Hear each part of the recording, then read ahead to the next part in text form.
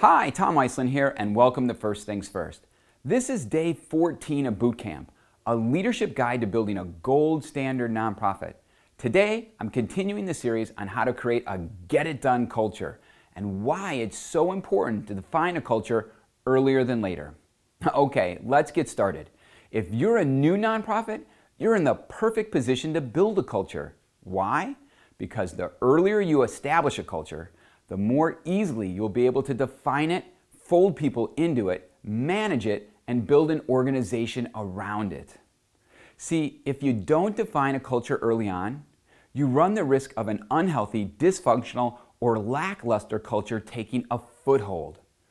When that happens, it's difficult to change a culture because it can infect all areas of your nonprofit: board, staff, operations, programming, you name it.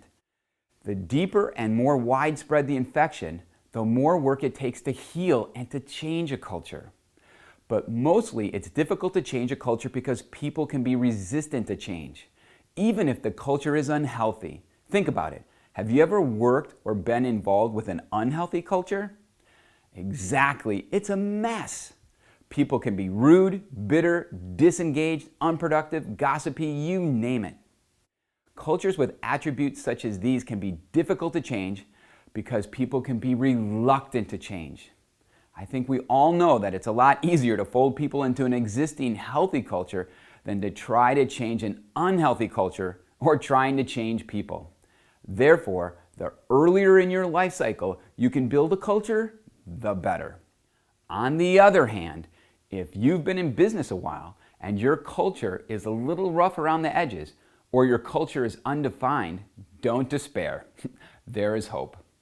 The biggest obstacle you'll face with an older nonprofit is inertia. People are stubborn souls.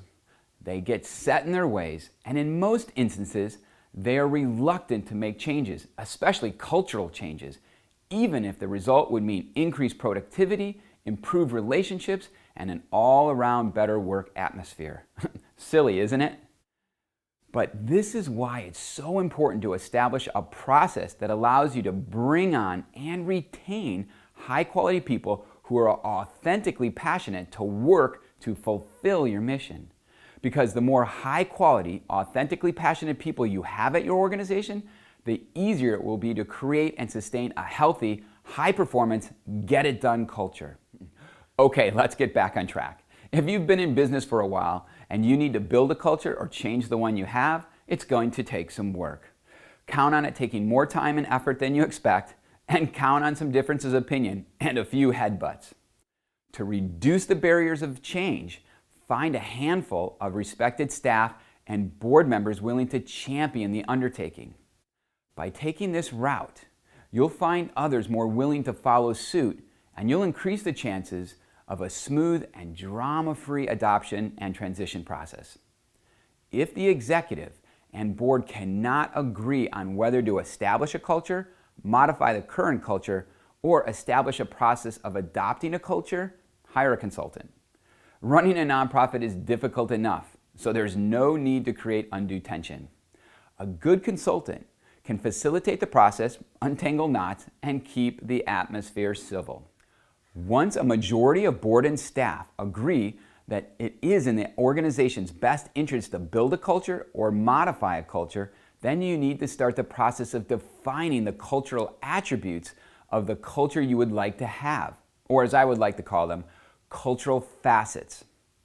To start the process, you need to assess the type of culture you currently have.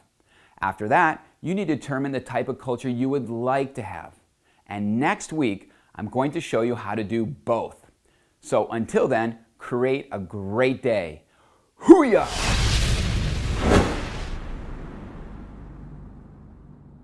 Very much. We'll be shooting some new video and stay tuned.